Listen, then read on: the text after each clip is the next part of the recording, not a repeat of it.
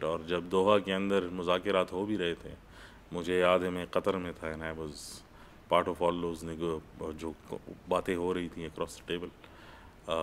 اس time پر بھی جو گارنٹرز تھے وہ کہہ رہے تھے کہ اس میں ٹی ٹی پی کا ذکر نہیں ہے، اس میں نہ کوئی سوورنٹی کے حوالے سے کوئی بات ہے.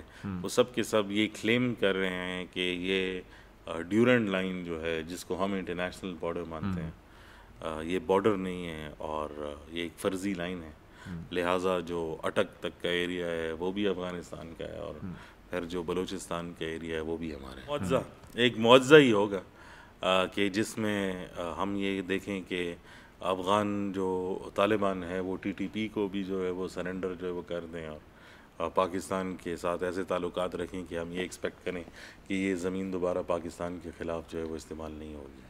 ہم بہت کلیئرلی دیکھ رہے تھے کہ 2023 کے بعد جو افغان طالبان کا جو ایک نیریٹو ہے، یا ان کی جو پرٹیکولرلی ملٹری نیریٹو ہے، وہ نیشنل سیکیورٹی یا ٹریڈ اور الائنسز سے زیادہ جو ہے وہ جو ان کے ایک افغان نیشنلزم ہے اس طرح جو ہے وہ بینڈ ہو کے جا رہی تھی.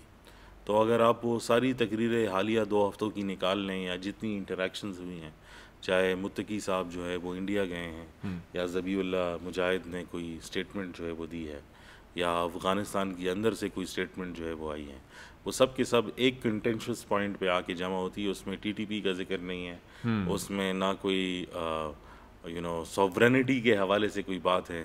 وہ سب کے سب یہ کلیم کر رہے ہیں کہ یہ ڈیورنٹ لائن جو ہے جس کو ہم انٹرنیشنل بارڈر مانتے ہیں، یہ بارڈر نہیں ہے اور یہ ایک فرضی لائن ہے.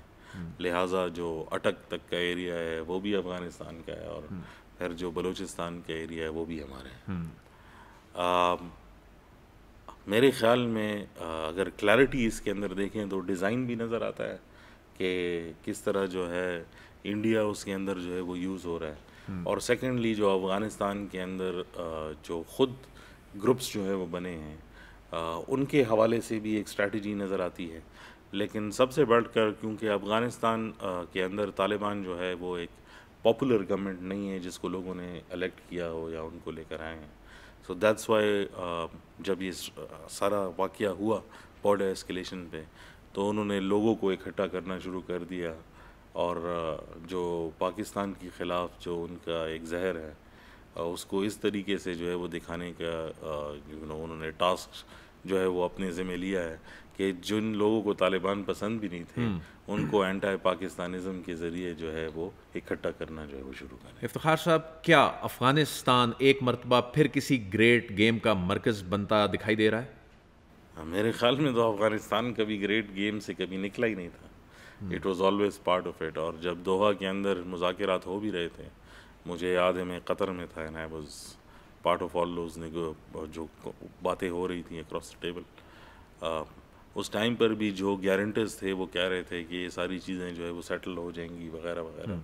لیکن جس قسم کے معاہدے تھے اور اس کے اگلے چند دن بعد ہم نے دیکھا کہ کیا ہوا، تو وہ سیمنٹڈ فیکٹ تھا کہ ہو گئے ہی. اور افغانستان کے اندر ابھی تو میرے خیال میں یہ بننا شروع ہوا ہے. آئی تھنک کہ it's going to be a proxy warfare zone دوبارہ. جو گریٹ پاورز ہیں، جس طرف آپ اشارہ کر رہے ہیں گریٹ گیم کا یا نیو گریٹ گیم کا، جس میں الائنسز بنتے ہوئے نظر آ رہے ہیں، تو لگتا ہے ایسا ہی ہے. فی الحال جتنے بھی انڈیکیشنز ہیں وہ کوئی میریکل ہی ہوگا. کوئی اردو میں میریکل کو کیا کہتے ہیں، what is it called, I keep forgetting the term, معجزہ. ایک معجزہ ہی ہوگا کہ جس میں ہم یہ دیکھیں کہ افغان جو طالبان ہے وہ ٹی ٹی پی کو بھی جو ہے وہ سرنڈر جو ہے وہ کر دیں، اور پاکستان کے ساتھ ایسے تعلقات رکھیں کہ ہم یہ ایکسپیکٹ کریں کہ یہ زمین دوبارہ پاکستان کے خلاف جو ہے وہ استعمال نہیں ہوگی. یہ بتائیے کہ کون سے ممالک جو ہیں وہ ہمارے ساتھ کھڑے ہیں، کون سے ممالک اس جانب کھڑے ہیں؟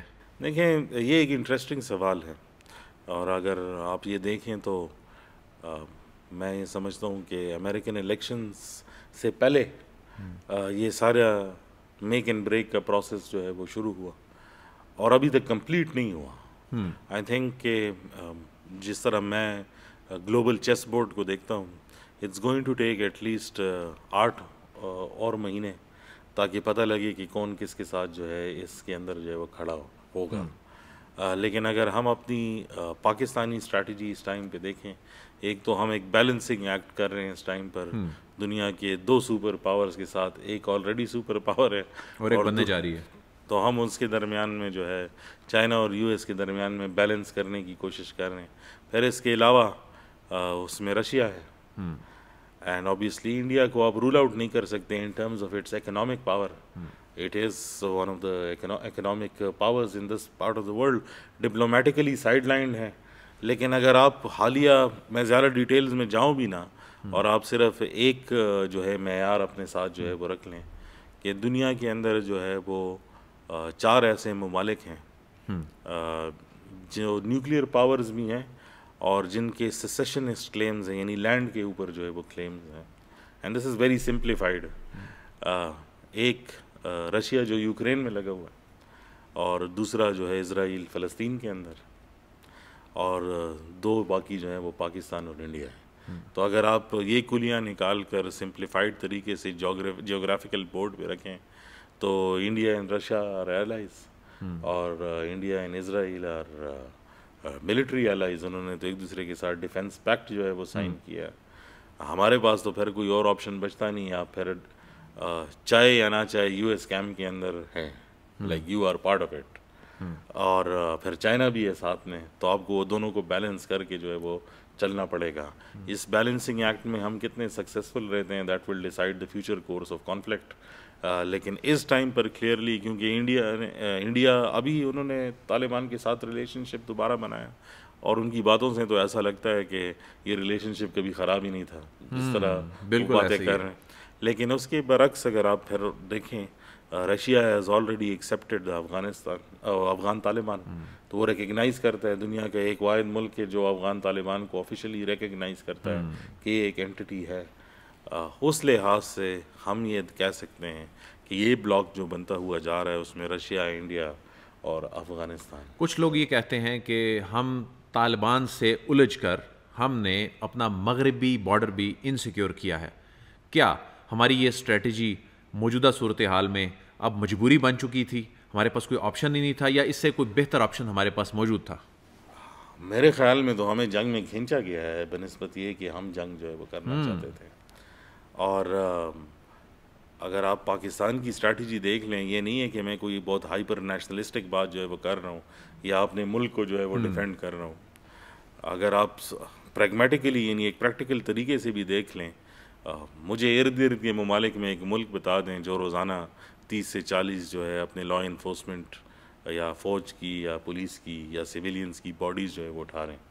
مجھے ارد گرد ایک ملک بتا دیں، اپنے ارد گرد بتا دیں. کوئی اگر آپ ایک بھی بتا دیں تو میں کہوں گا کہ ٹھیک ہے، یہ جنگ پاکستان نے جو ہے وہ شروع کی. کوئی ایسا ملک نہیں ہے.